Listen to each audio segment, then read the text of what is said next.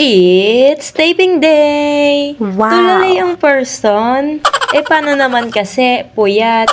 Bakit? Kadugtong lamang naman ito guys nung video natin nung February 16 nung Pagpag 24/7, Wow! nung February 17 nung Batang Quiapo, at itong February 18 naman guys, call time namin alas 4 ng madaling araw. Ayan, kaya naman puyat pa ako sa puyat kasi biglaan itong taping na to. Alam nyo ba guys, yung TL ko tumawag ng alas 2 ng madaling araw at kinokol ako at meron nga daw taping kasi merong nag-back out kaya ako yung tinawagan niya kasi ako yung fit dito sa role. Wow. Noong una guys, ayaw ko talagang pumayag kasi wala talaga akong tulog niyan, wala pa akong pahinga. Pero dahil makulit ang TL, tapos medyo goods din naman yung TF, ay pinatos ko na. Sabi ko, sa set na lamang ako matutulog at talagang nakakatulog din naman ako sa set.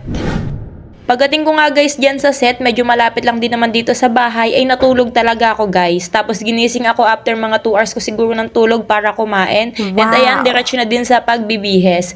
Nurse nga pala yung role ko dito guys, at ito ay international movie. Di bali ang Wow. pamagat nito ay Paternoster. Sinabi ko na guys kasi hindi ko alam kung kailan ko ma-upload tong video na to kasi hindi ko alam kung kailan ipapalabas tong palabas na ito. Ito nga pala yung set dito sa taping guys. Nasa loob kami ng maliit na clinic. And Filipino artist din pala yung kinuha dito pero yung director nila is ibang lahi talaga guys. Talagang hindi ko maintindihan yung sinasabi. Although nag-i-English naman siya guys pero may time na iba yung salita niya. Tapos ayun nga guys, dalawa yung artist dito. Hindi ko lang masyadong kilala pero papakita ko yung picture. Ayan, Wow. yan siya. Yan yung isa sa kontrabida dito sa Pinas. At habang nagtitake nga sila dyan sa harap ko ay nag-video-video muna ako dahil hindi pa naman ako nasasalang. Habang naka-break nga yung team ng production ay magbi-video-video muna ako dito sa paligid. Ito nga pala yung set namin guys. Di bali school to, medical school. Hindi ko na lang sabihin kung saan. Pero ayan, dito lang kami nag-taping yung isang buong kwarto na yan. Dito lang talaga natapos yung isang buong video. Tinuturuan na nga kami dito ng Medi kung ano yung gagawin namin, kung paano yung process ng pagtutusok ng karayom sa balat. Pero hindi naman totoo yung karayom niyan, pero medyo matilos din. Kaya ilang beses kaming pinaalalahanan ng production niya na dahan-dahanin kasi baka nga matusok namin yung artist. Pero hindi na din ako yung gumawa niyan guys kasi sabi ni Derek nga iba yung mukha ko. Kapalit lang talaga ako dyan dun sa nag-back out na talagang exposure na yung mukha niya kaya ako ay patalikod-talikod lang dyan, hindi masyadong nakita.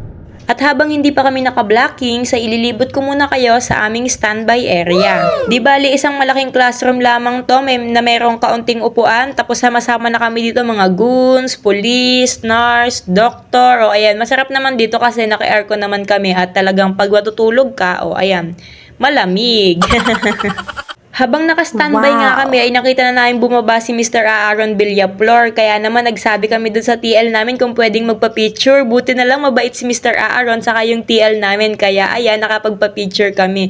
Grabe Wow. guys, ang bait niya sa personal. Tas ang kulit niya din sa personal guys. Tuturuan niya kami kung paano yung scenario namin. Ganon siya sa set si Mr. Aaron Villaflor. Bali nung time na yan guys ay kumakain siya. Kaya sabi namin mamaya na lamang po. Pero nagpumilit siya na ngayon na kasi baka mamaya hindi na makapagpa-picture kasi taping na. Wow. Kaya ayan, nagpa-picture na kami at ang bait niya guys, talagang umaakbay siya pag magpapa-picture, mapababae, mapalalaki. Tapos ang kulit niya talaga sa set, sobra, grabe.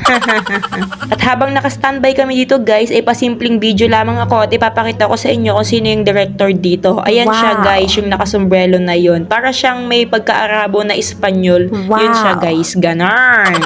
At ito pala yung mga kasama ko guys, nurse, dalawa kaming nurse, tas dalawa din dyan yung doctor. Di bali pala 3. At habang nag-take nga kami guys, patago muna ako nagbibideo dahil medyo madilim din naman at hindi kita yung cellphone ko kasi black din naman yung cellphone ko. Ayan, patagong video muna tayo dyan at papakita ko sa inyo kung ano yung ginawa namin dito.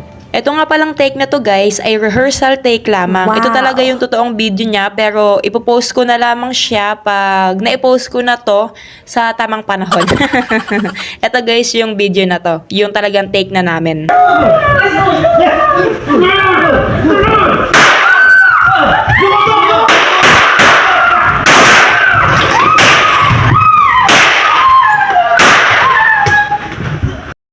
I-upload ko din yung buong video na yun guys dito sa ating page kaya abang-abang na lang.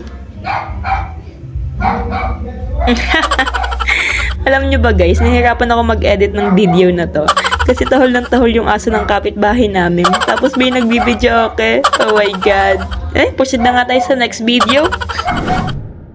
At ayun na nga guys, patay na kami nung time na yan.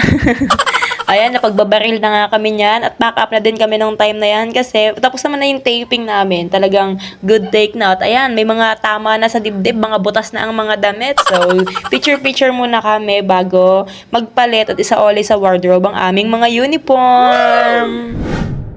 At nung papunta na nga kami sa CR guys para magpalit, dumaan na nga si sir at ayan, nagpa-picture na lamang din kami kasi hindi pa ako nakapagpa-picture sa kanya. Sa kada dalawang artist naman sila dito kaya ayan, nakapagpa-picture ako sa both artists. Salamat po! Hanggang dito na lang ating video guys. Thank you! Peace!